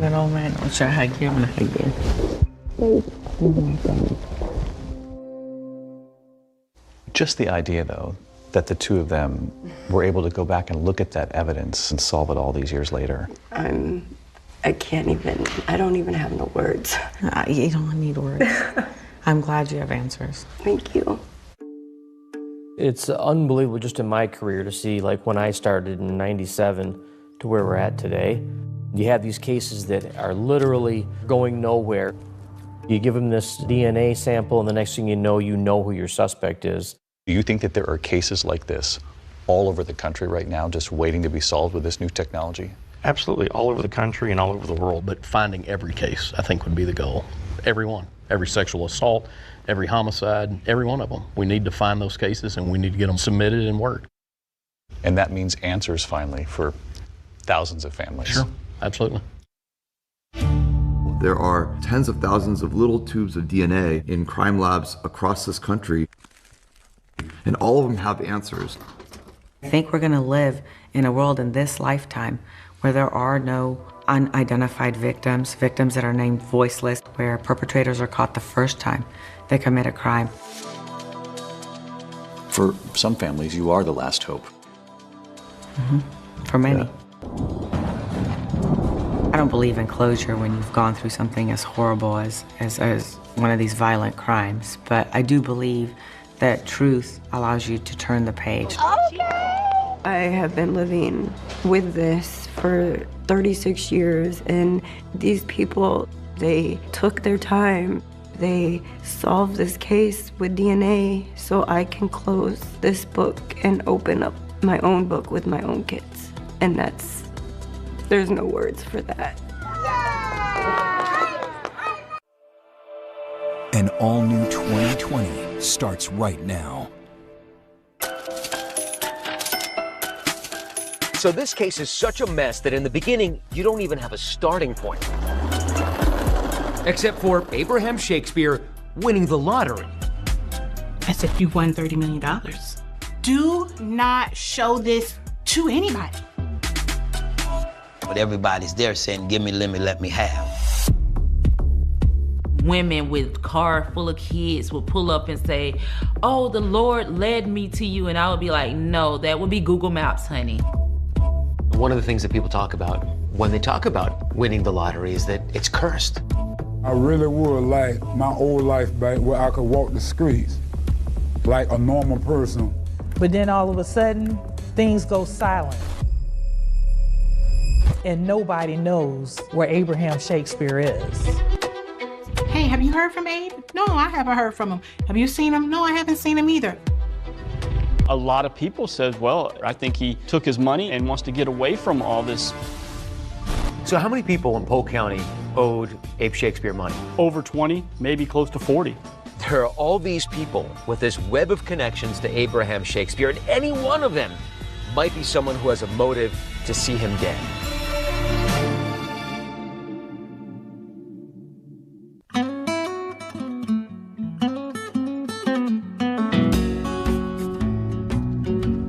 We all dream of a moment in life that will instantly change everything. A stroke of luck, and nothing will ever be the same again. That's exactly what happened to a man with the name you will never forget, Abraham Shakespeare. While Abraham Shakespeare was on a trucking route with his colleague, Michael Ford, they stopped at a convenience store. Mike Ford, who's the driver, says, "You need anything?" Abraham, who's staying in the truck, says, "Yeah, you know, give me 2 quick picks." Right here at this gas station in a town with a name you just can't make up, Frostproof, Florida. 1 stop, 2 quick pick lottery tickets, one of which would change his life forever. A jackpot worth $30 million. Hello, Florida. It's Wednesday, November 15th, and here are tonight's winning numbers. 12. When Abe realized he'd won the lottery, he wasn't even sure it was real. So he brought the ticket to his cousin, Ashley McMillan. I looked up at him, and I looked at the ticket again, and I looked up at him. I said, you won $30 million. He said, okay, I just wasn't sure. I needed somebody I could trust to tell me that. And I was like, do not show this to anybody else. You go to Tallahassee and cash this in immediately. News of Abe's win quickly spread across the state of Florida. It was at this convenience store that Abraham Shakespeare bought the lotto ticket that changed his life. A Lakeland man is waking up a millionaire this morning. 40-year-old Abraham Shakespeare. He had the winning numbers, and Mr. Shakespeare, I'd like to give you my phone number. Yeah. He opted to take home the lump sum of $17 million, but then after taxes, he ended up with $12 million. Still, you know, $12 million is a huge chunk of change for a man with a pretty humble background who came from the central Florida town of Lakeland. Lakeland is small town feel with a little bit of city in it, beautiful lakes. Areas are quiet, some parts are rural, and it's in between Orlando and Tampa. And here in Lakeland, Abe lived in a modest neighborhood where many folks struggled to make ends meet. This is the famous Abraham Shakespeare's ex-home, where he rented and lived. This is where they lived before. This is where they lived before he won the lottery. It was set up just like this. Nothing's changed besides painting it. Pretty modest place. Pretty modest.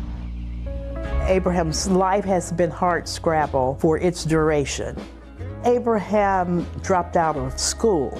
He had been in a little bit of trouble as a youth, nothing major, just little petty theft kind of things. And as he grows older, he takes on a series of odd jobs. Riding the garbage truck for the city of Lakeland, sweeping up in somebody's barber shop. Abraham had a strong friendship with Greg Smith, who owned the barber shop. He was working at my barbershop as a cleanup guy, sweeping up and mopping floors. He was a less fortunate person, so let him work, get paid, or buy him something to eat. Abraham was an easygoing person. He took life just as it came. What kind of guy was he? He was a humble guy. Humble, respectful. You know, he wasn't a hard ass. He was a good dude. He didn't smoke, he didn't drink, he didn't do dope. He was just trying to survive, trying to make it in the world as most people do, but without being in the limelight of problems and trouble. Even though he didn't have a whole lot, he was very content.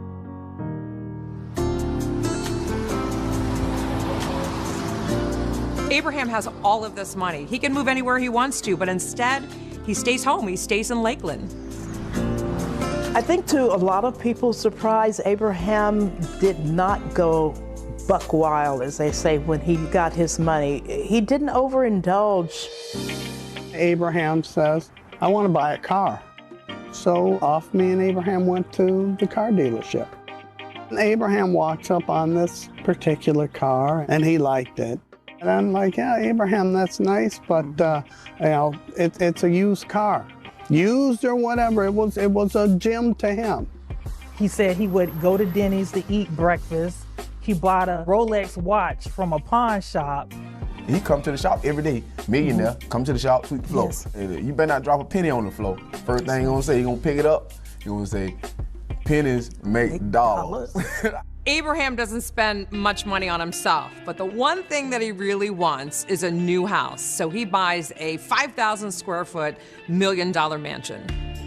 Prior to winning the lottery, he would walk around this exclusive neighborhood and he would dream about living in one of those homes. He was able to buy his dream home for $1 million in the gated community. And Abe quickly opened his doors to friends and even strangers. And one of those strangers was Centuria Butler, who was at the time down on her luck when she met Abe at a party he threw at his new house. At the end of the night, he was like, where are you going? I was like, I might be staying in my car tonight. He was like, well, you know, you can stay here until you get on your feet. He literally let me as a stranger move into his house. A friendship blossomed. Centuria and Abe grew close, and eventually they welcomed a son named Jeremiah. When the baby is out and they bring him over to the bed, Abraham with his long arms, he swoops in and he takes the baby right out of her hands. And he's holding him. And he's like, yeah, I got my snook and pookum. But for Abe, it wasn't enough just to provide for his own family.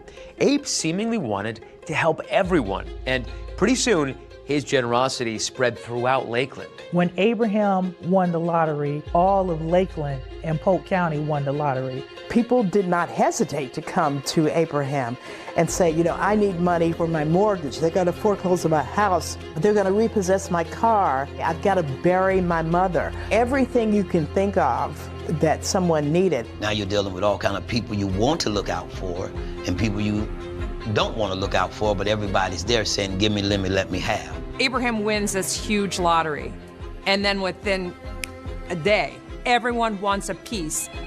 I couldn't even talk with him in 10 minutes. His phone was ringing. And by the time he get off the phone with that one, another one would call him. There were days that random women with car full of kids would pull up and say, oh, the Lord led me to you. And I would be like, no, that would be Google Maps, honey. It got tiresome to him. He got fed up with it a lot.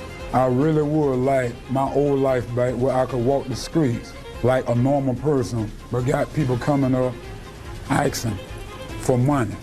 And Abe's fortunes might be about to take an even more serious turn for the worse. His friend comes forward and says, hey, that's my ticket. All those multi-million dollars, they're mine.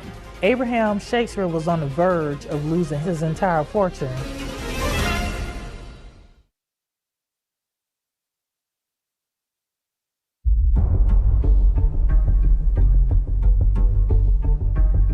When Abe Shakespeare moved into that gated community, he was stepping into his life of luxury as a recent lottery winner. But those gates still couldn't keep people out. Friends, neighbors, even strangers still visited, asking for a favor, a loan, or a handout.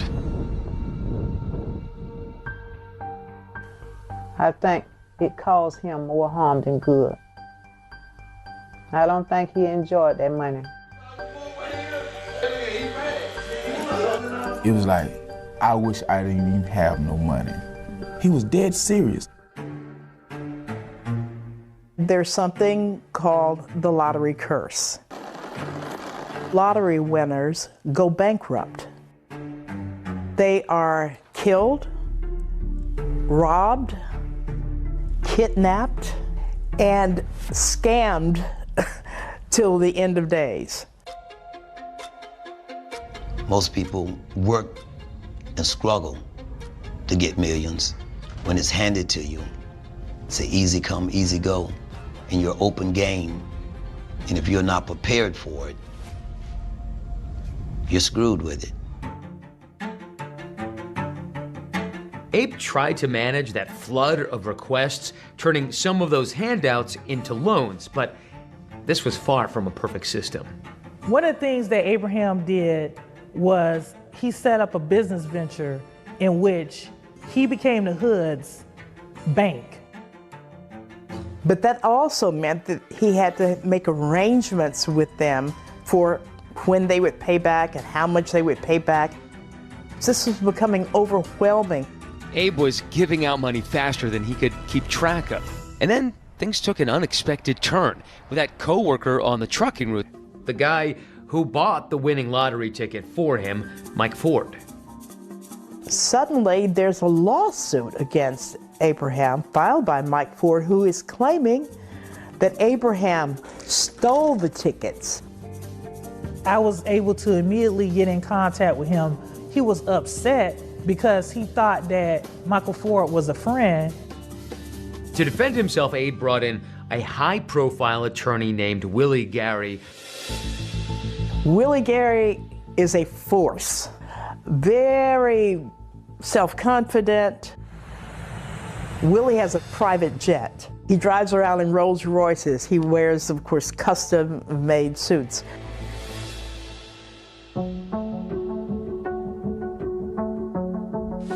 Please be seated, ladies and gentlemen. Mike Ford's claim was that Abraham had gone into his wallet, had taken the lottery ticket. Abraham denies that he ever stole that ticket. In response to the lawsuit, Abe alleged it was never about a stolen ticket. It was about a demand for $1 million. Abe's claim was that Mike basically went to him saying, hey, I want $1 million. And Abraham said, I'm not giving you any money. And that's when Mike said, well, I'm going to sue you. Ford has a different account. He says that when he asked Abraham about the ticket, Abe offered him $1 million, but later refused to pay, saying Ford couldn't prove the ticket was his. Ford versus Shakespeare was a 5-day trial. Michael Ford did his best to present his case, but the jury only took an hour to find against him. It was a battle over millions in that courthouse, but in the end, he got to keep all of his money. And then he met someone. He met someone who promised to help him, who promised to protect his fortune, to secure his future. Was Abe's luck finally turning around? A woman named Doris Moore. They called her Dee Dee. Florida born, very ambitious, pretty smart. She comes along. In fall of 2008, Dee Dee goes to this small business conference where she meets the realtor who sold Abraham his $1 million mansion. And she thought it would be cool to write a book about his life.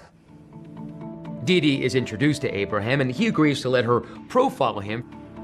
She wanted to sit down and interview us for her book. Dee Dee Moore seemed like she was a very professional woman. She was in a suit and heels and hose and everything, and said that she owned a company, American Medical Professionals. Dee Dee Moore is a self-made businesswoman, a very successful businesswoman with a medical staffing company. And the more time Dee Dee spent around Abe, the more involved she became, not just as an author, but also as an advisor. She learns that he has all this money out there in the community. She said, you need a financial advisor, you need some financial help. I am an expert at that. The next thing you know, Dee Dee is Abraham Shakespeare's sidekick and his emissary who goes around to collect money. She had her own money. She didn't need his money. And that became a trust factor for him. He's like, she has her own business. She, know how to run things. She gonna help me with my LLCs. Dee Dee wasn't just helping Abe with his money. She also started recording their conversations, capturing these behind-the-scene moments where, even with her help, he still appeared to be fed up. Do you get tired of people asking you for money all the time, Abe? Give me your opinion on it. I've been tired a year ago. All of a sudden, things go silent and nobody knows where Abraham Shakespeare is. None of his children had heard from him. His mother hadn't heard from him. Nobody had heard from him. And just like that, Abraham Shakespeare disappeared. No calls, no goodbyes, not a word to the people he loved. It was like he vanished into thin air.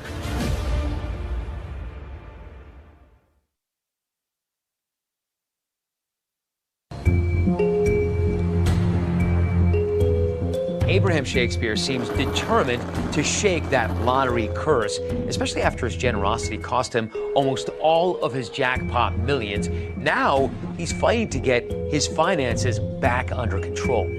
Everything was well, and then it got quiet all of a sudden. In April of 2009, there's a stir going on in the community about nobody having seen Abraham Shakespeare in a while. There's a little buzz at first, and then it gets louder and louder and louder and becomes a thing. People start to talk, hey, have you heard from Abe? No, I haven't heard from him. Have you seen him? No, I haven't seen him either. And that kind of started to snowball when everybody started to realize, you know, I haven't heard from him either.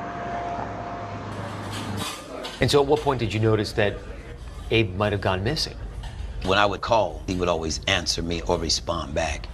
And when I didn't get that, then it began to make, somewhat of a red flag.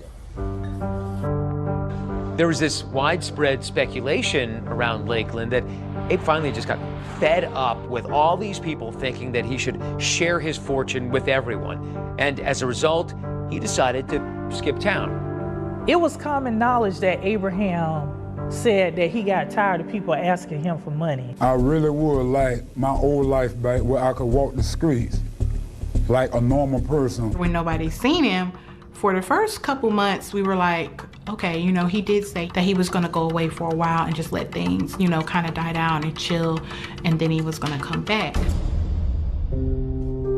And friends say Abe had a very good reason not to skip town for good. Even though Abe and Centuria at this point were no longer living together, Centuria says Abe was still a devoted father to their son Jeremiah. He was just like so excited about being a father, and he would take a picture every day.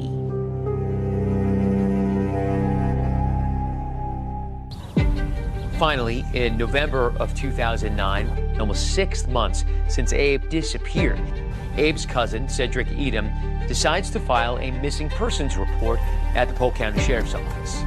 Abraham's cousin, Cedric Edom, reported him missing to our missing persons unit, and that's where the whole investigation started. But the investigation gets off to a slow start. Lots of people are still convinced that there's an innocent explanation for Abe's disappearance. A lot of people said, well, I mean, I don't think he's missing. I think he took his money and wants to get away from all this. One of Abe's friends, Judy Hagens, even told the police Abe had mentioned leaving the country. Did he ever discuss any intricate plans with you that, hey, I'm going to disappear and nobody's ever going to see me again? Yeah, and he did. What was that about? Tell me. He really wanted to move to Jamaica. Still, there was an aspect of Abe's disappearance that puzzled some of his friends and family members. All of a sudden, they started receiving these random text messages from him. All of these people that Abraham would normally just pick up a phone and talk to or stop by to see were getting text messages. So at this point, there are a bunch of people coming out of the woodwork who are saying that they've heard from Abe. Right. I got a text at one point. And what did that text say? He was out and just didn't want to be bothered. And the mother of his child? Centuria, she received a text message saying he was going on vacation and leaving her for another woman. I'm texting Abraham and I'm getting texts back, oh, I'm leaving you for this woman and we're going to the Bahamas. I got a reply from his number. And the reply was, I don't need nobody filing no missing persons report on me. I'm fine. But Ashley and others close to Abe say they had some serious doubts about whether he was actually the person sending those texts, even though they were coming from his phone. I knew that wasn't my cousin. This is not Abraham texting me. There's no way that he could have constructed those text messages because Abraham Shakespeare could barely read and write. In fact, his cousin, Ashley McMillan, used to read him the greeting cards here at this Walgreens where she used to work. Before he won the lottery, he was always buying Hallmark cards. He was like, hey, can you come read this card to me? I need something that conveys like empathy or sympathy. I asked him one time, I was, why can't you just read the card? And he looked at me dead square in the face and was like, I cannot read. It was so suspicious as people were getting text messages because he couldn't read or write. And if it wasn't Abraham, who were the text messages coming from?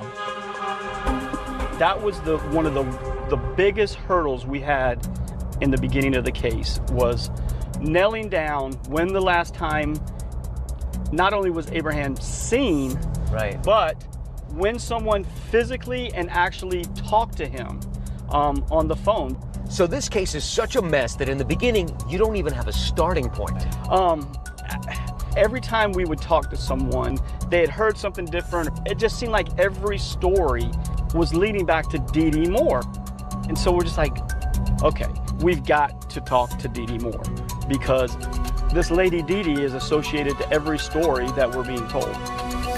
For Abe's friends and family, it makes sense that if anyone knows where he is, it would be Dee Dee. I mean, after all, she has been working closely with him to get his finances in order. As their friendship began to blossom, Abraham and Dee Dee Moore hung out quite a bit. She became a major asset to him by helping Abraham collect on money that was owed to him. Everybody was very uncertain. Dee Dee had an answer. When police interviewed Dee Dee about Abraham's whereabouts, she says nothing's wrong. In fact, I'm in constant contact with him. Her statement was that she talks to him all the time. If we wanted to see him, she would make sure that she brought him to us. So she sends him a text message in front of us and it's like, Abraham, call me, please call me. We wait a little bit and nothing. And she's like, well, I'll call you in the morning as soon as we hear from him. We'll set up a meeting. So we left.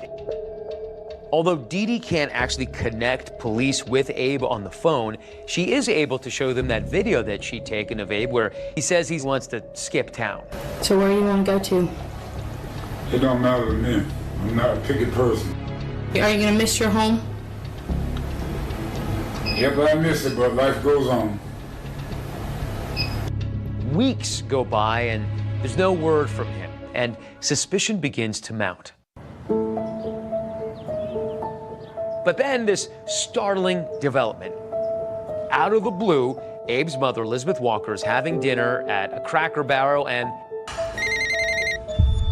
Elizabeth's phone rings.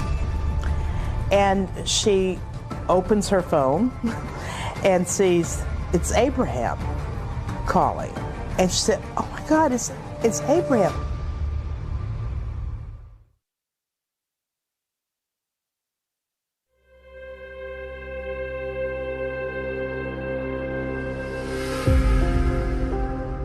Abraham Shakespeare is reported missing on November 9th. Most of his friends and family say they have not seen him or heard his voice since April. Is there a chance at this point in the investigation that Abe Shakespeare might just turn up somewhere? I think we thought that was a real true possibility. Once we put him in the national database as missing, we got calls from all over the United States, and some of them with super confidence that it was Abraham. And it wasn't him, but we had to deal with a lot of that. With all of these empty leads, investigators are now looking at other angles. So there's a whole pool of potential individuals that you could look at with some sort of motive if his disappearance did, result in foul play. We certainly hope Abraham's alive and well, and he has successfully hidden himself away. But our investigation doesn't lead us to believe that at this time. At this point, detectives are not only concerned that lottery winner Abe Shakespeare might be missing, they're concerned he might be dead. So how many people in Polk County owed Abe Shakespeare money? Over 20, maybe close to 40.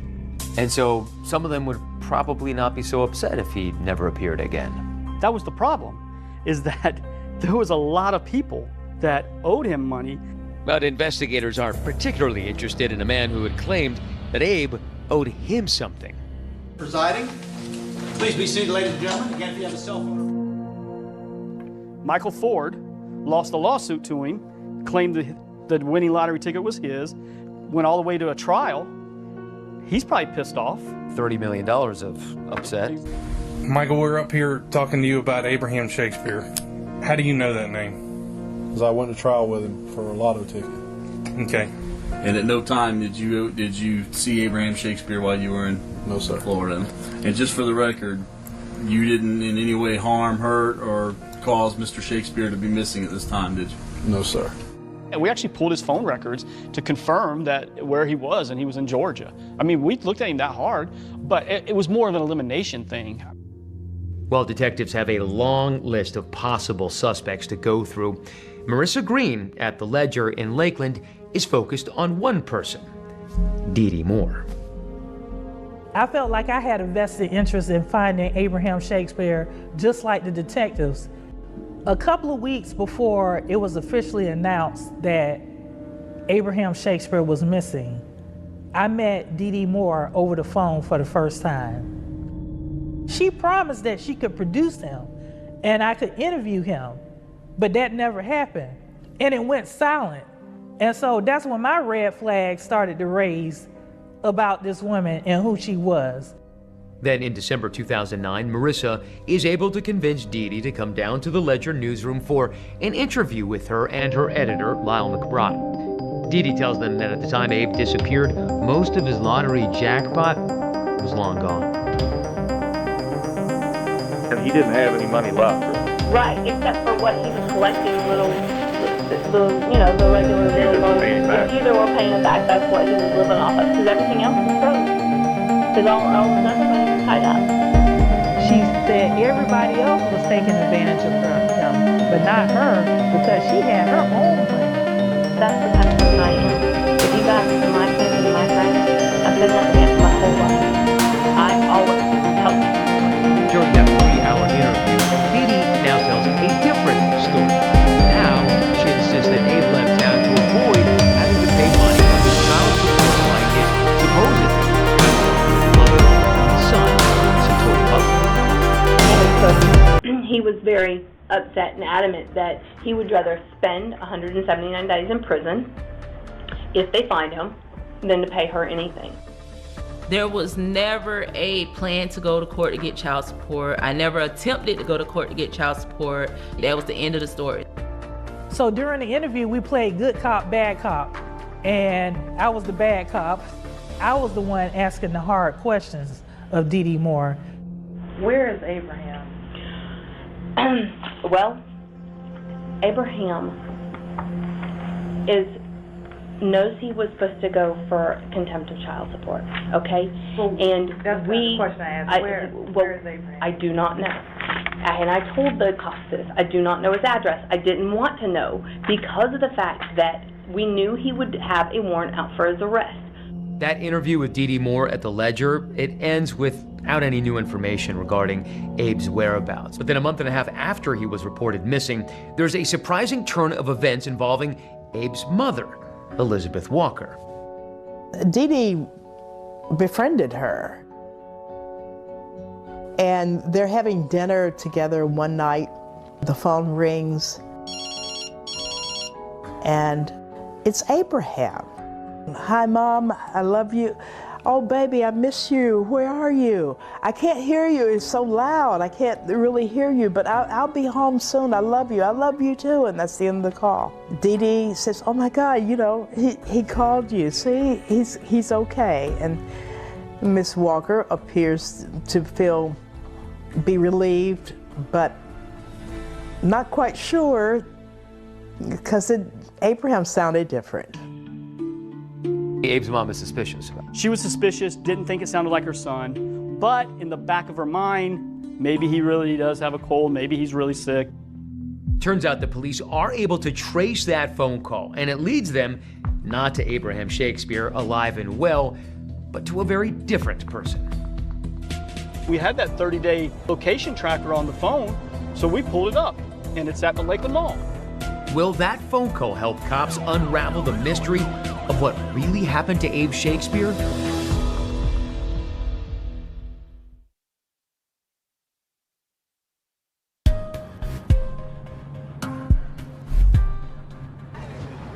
Three weeks after Abe Shakespeare's disappearance is reported to police, the full attention of investigators is now on Dee Dee Moore.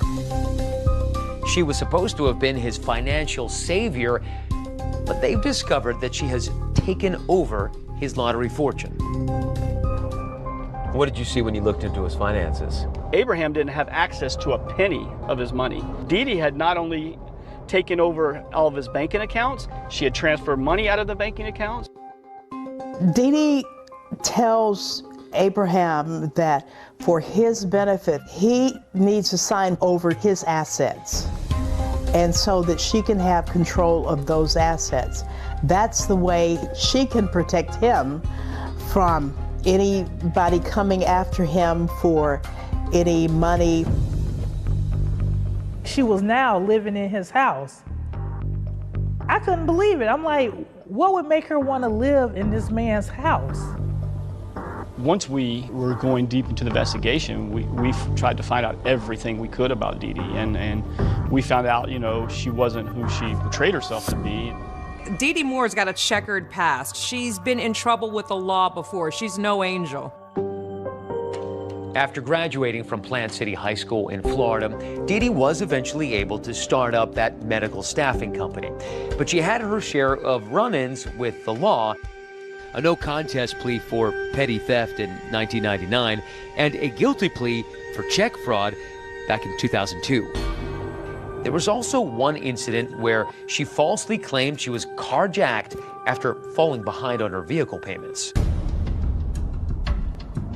So she drives the SUV down a dark country road one night, and two Latino men, this is her story, hijack her SUV, tie her up, rape her, beat her, and throw her on the side of the road, and take off with the SUV. Long story short, she had hired these guys to take the car and hide the vehicle from everybody. Dee Dee was convicted of insurance fraud. And that background raises a lot of eyebrows among detectives investigating Abe Shakespeare's disappearance. She definitely has the ability to manipulate, to lie, to concoct stories and so forth, yeah. We were really convinced that Dee Dee definitely had more information, and we wanted to push some buttons with Dee Dee. So police pressed Dee Dee for answers about how she's taken over Abe's finances. You are in essence Abraham, correct? Yes. But my point in all of this is all of these people plus all of the real estate comes up to how much? But you've got to. No. Comes up to how much, Dee Dee? I don't know. Comes up to how much? So okay. So I've done the rough math. Okay, it comes up to almost $3.5 million. Okay. If I'm guilty of anything, I'm guilty of helping him avoid child support. I'm not worried about any of that. Investigators may have their suspicions about Dee Dee, but what they don't have is any hard evidence tying her to Abe's disappearance. Meanwhile, Dee Dee turns to the media to plead her side of the story. Because of these people. Are you talking about your meeting with the cops? Yeah, because of these people, my life has been turned up in the last 2 weeks. All my house has been looked over twice.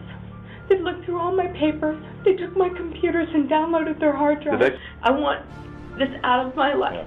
And I feel sorry for Abraham. But it has hardened my heart. I don't know if I'll ever help anybody out anymore.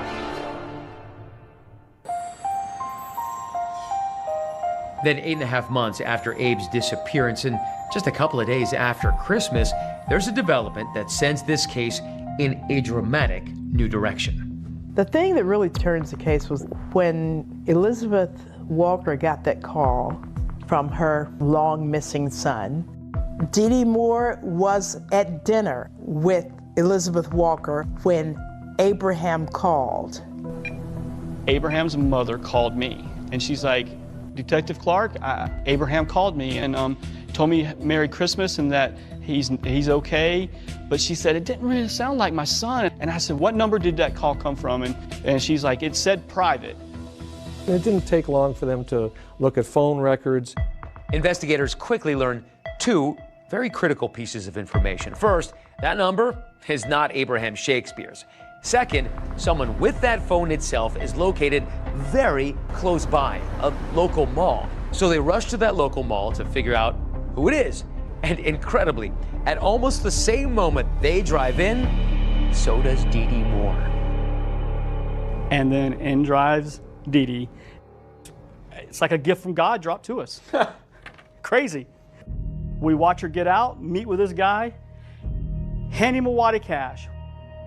And this was just, stinking the high heavens. They talk for a minute, she gets in her car, and she drives away to the north, and this car with this gentleman in it drives away to the south. So we get behind the car, we're following it, and we're like, let's stop it. We go to stop the car. So I just jump out, I go to the guy and I go, you can either park your car, get in our car and come with us, or we're gonna try to put you in prison the rest of your life. And he goes, well, I guess I'm coming with you. The man in the car, the man who got the cash from Dee Dee and who owns the phone that made the call to Abe's mom, he is none other than the friend of Abe's who ran the local barber shop, Greg Smith. Do you know Dee Dee Moore? That's what they asked me.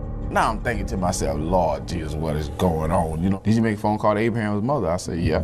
Well, I make the phone call to his mother, pertaining to be Abraham. I'm supposed to mimic his voice and the way he talked best I can and tell his mom that I'm okay. Said she's gonna pay me $350. I didn't feel right about it, but I thought I was helping Miss Walker feel better because she's been worried about her son. Greg told them then, I think that Abraham is dead. They said, we think so too. And they said, we need you to keep meeting with Dee Dee because we think she has something to do with this. And we need you to work for us. And I'm thinking to myself, man, when I needed this man stepped in and helped me. And the reality of what's at stake sinks in for Greg Smith. The light click on, okay, she actually is under investigation for killing Abraham Shakespeare. I was like, I'll do what I can. And so begins an elaborate plot to take down Dee Dee Moore and prove her involvement in Abraham Shakespeare's disappearance. Now, this is going to involve not only an undercover sting, a can of Red Bull, but also a discovery made right in this yard.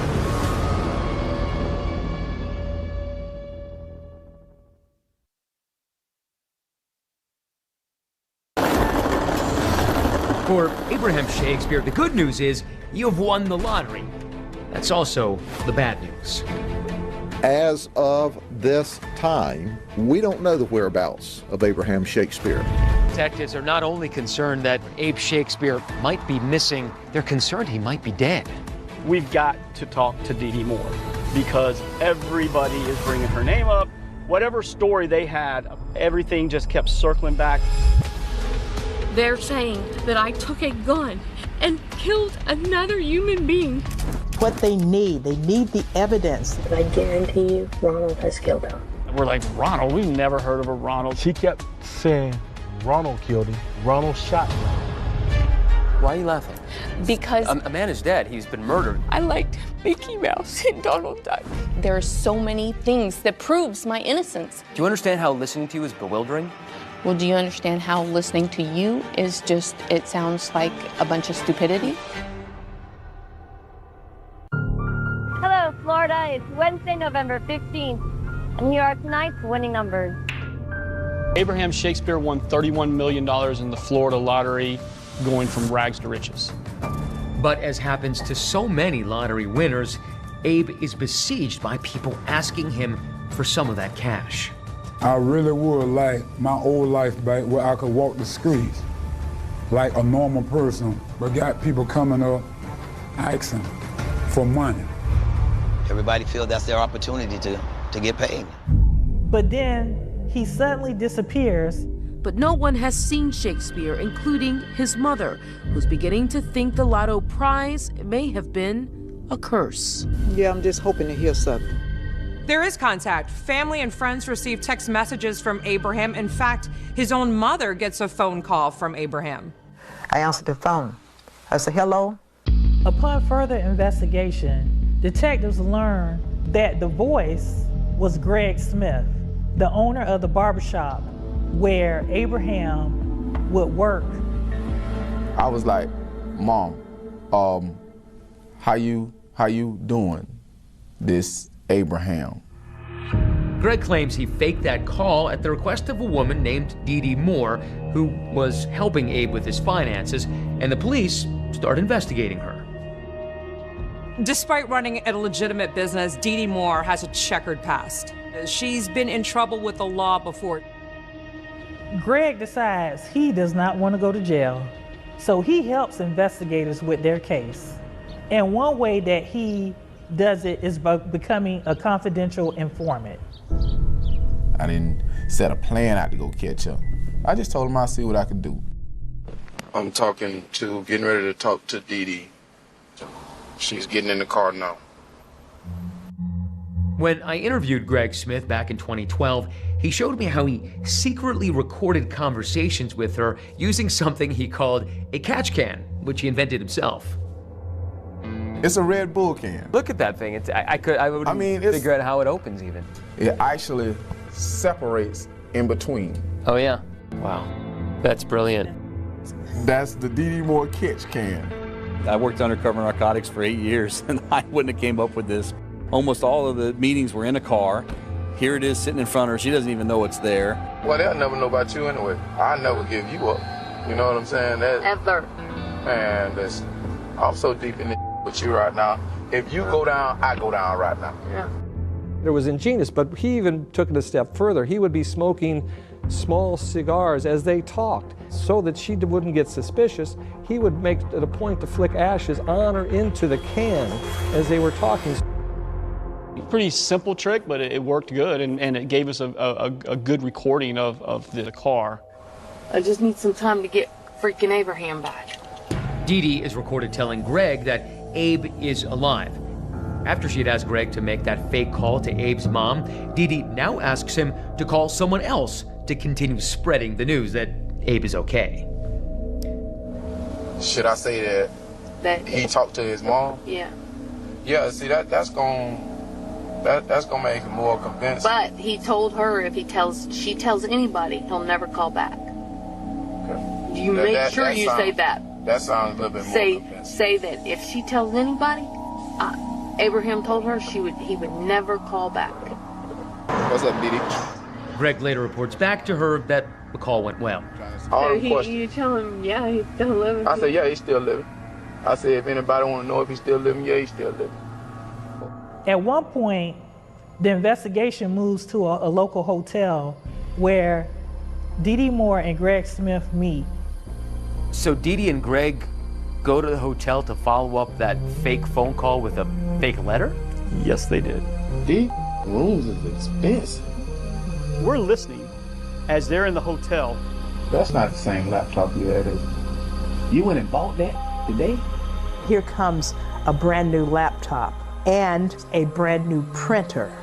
But she is very paranoid now about leaving any traces that can be taken back to her. So she's dressed in full hospital gown, gloves, face mask, hair, so that while she's typing, that none of her DNA gets on the paper or gets on the envelope or anything. She is determined. You will not find any Dee Dee Moore DNA here. Chocolate, I don't want you to show this letter to the cops. I just want you to tell them that it was me. They spent about 2 hours composing this letter to Abe's mother, with Greg offering suggestions to Dee Dee about how Abe would actually talk. And we're down there laughing because Greg's like, no, maybe you should say bro instead of brother. If I had to take this letter here, and I had to read this letter, and I had to understand this letter,